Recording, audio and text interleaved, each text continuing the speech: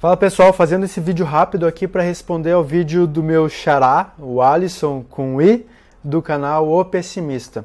Eu conheci o canal do Alisson recentemente e daí eu tenho acompanhado porque eu vejo potencial nele, até ele se chama Alisson, né? Brincadeira. E no geral ele é bem sensato.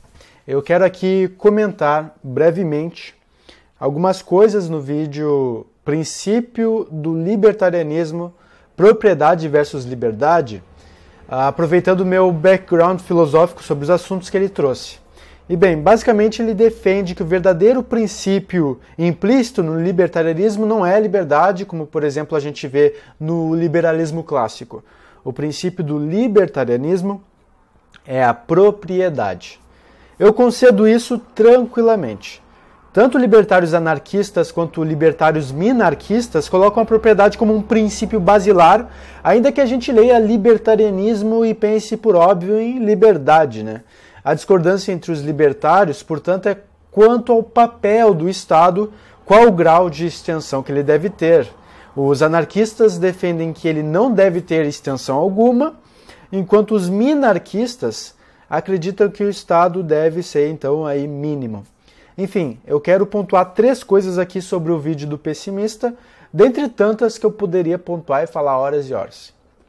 A primeira é que, no vídeo, ele confunde liberdade com liberdade em absoluto, algo que não é advogado por nenhuma teoria política de que eu tenho conhecimento. Em outras palavras, ele parte de uma pressuposição ontológica da liberdade enquanto desimpedimento absoluto, quando na verdade, a gente pode ver isso nas bases do Isaiah Berlin, a liberdade pode ao menos ser dividida em 2 instâncias pensando politicamente. Negativa, que seria a da ausência de impedimentos à ação do indivíduo, né? E a liberdade positiva, que seria a presença de condições para que os indivíduos ajam de modo a atingir os seus objetivos. No âmbito jurídico, a liberdade é, no geral, positiva. Ela é condicionante da ação humana em consonante segurança jurídica. É aí nessa instância, né, em que a gente pode falar de direitos, por exemplo. Ou seja, para que a comparação do pessimista entre liberdade e propriedade, destacando que a propriedade é um princípio melhor, para que essa seja uma comparação válida, então ele precisa colocar a liberdade no sentido jurídico, equiparando as 2 categorias de forma justa e entendimento aí aproximativo. Ou então ele deveria fazer o oposto, né, e colocar a propriedade no sentido ontológico de propriedade, o que teria outros problemas que não convém entrar aqui. Do contrário, se essa comparação não é ajustada no nível devido, não fazem sentido os apontamentos que ele faz para privilegiar a propriedade em detrimento da liberdade enquanto norteadora jurídica. O segundo ponto é o caso do cachorro que está preso dentro de um carro num dia quente, abafado, né? O dono, por exemplo, esqueceu o carro e o cachorro ali dentro. O cachorro está morrendo de sede, está prestes a morrer, enfim. O meu xará, o pessimista, né, diz que salvar o cachorro quebrando a janela do carro, por exemplo, não é uma questão ética, mas é uma questão moral. Eles gostam de fazer essa divisão, né, entre ética e moral. E bem, o meu caro, né, o xará, na verdade essa não é uma mera questão moral do tipo relativa.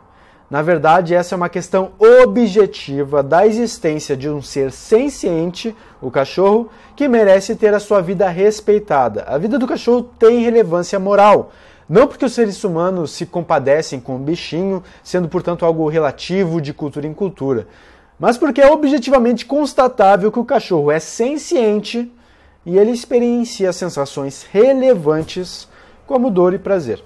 Por uma simples questão biológica, por uma determinação irrefutável da natureza do animal, é o fato da senciência que importa para o cachorro e mesmo para todo o ser humano, né? Em última instância e também em primeira instância. Afinal, todo e qualquer compadecimento que nós venhamos a ter com os animais, na medida em que ele surge da nossa afetação com a afetação deles, logo a afetação deles é a base da nossa justificação moral. Nesse sentido, nem mesmo a propriedade, como um norte jurídico, poderia se fazer definidora da ação moral. Isso seria assumir que a vida importa menos que a propriedade, quando propriedade é resultado da vida e não o contrário.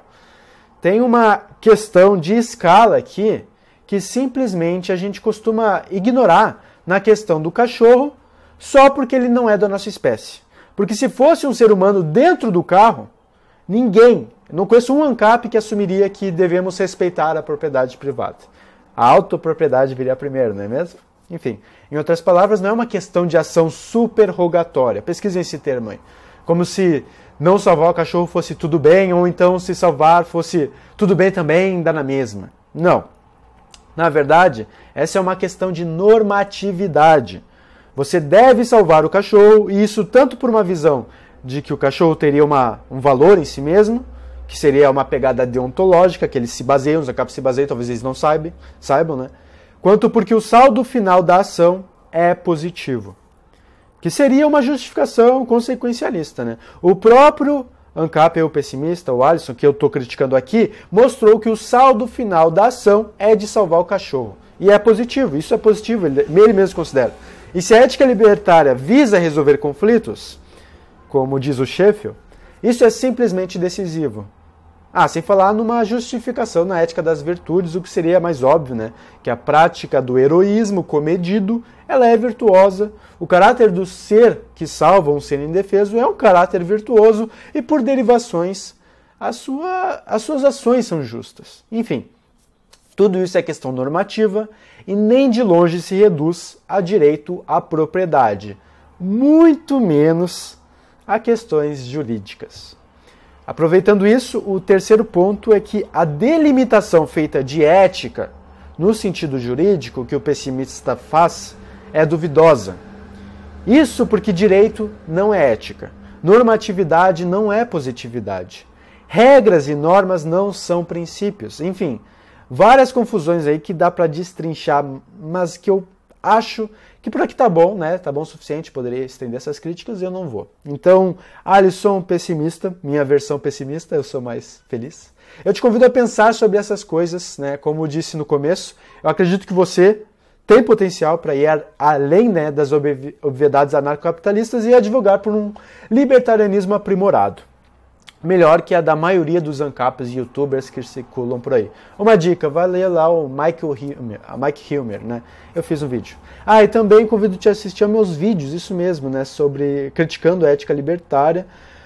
Tanto vídeos quanto as lives, a live de ontem também. Enfim, eu vou ficando por aqui, o meu nome é Alisson Augusto e a gente se fala. Forte abraço.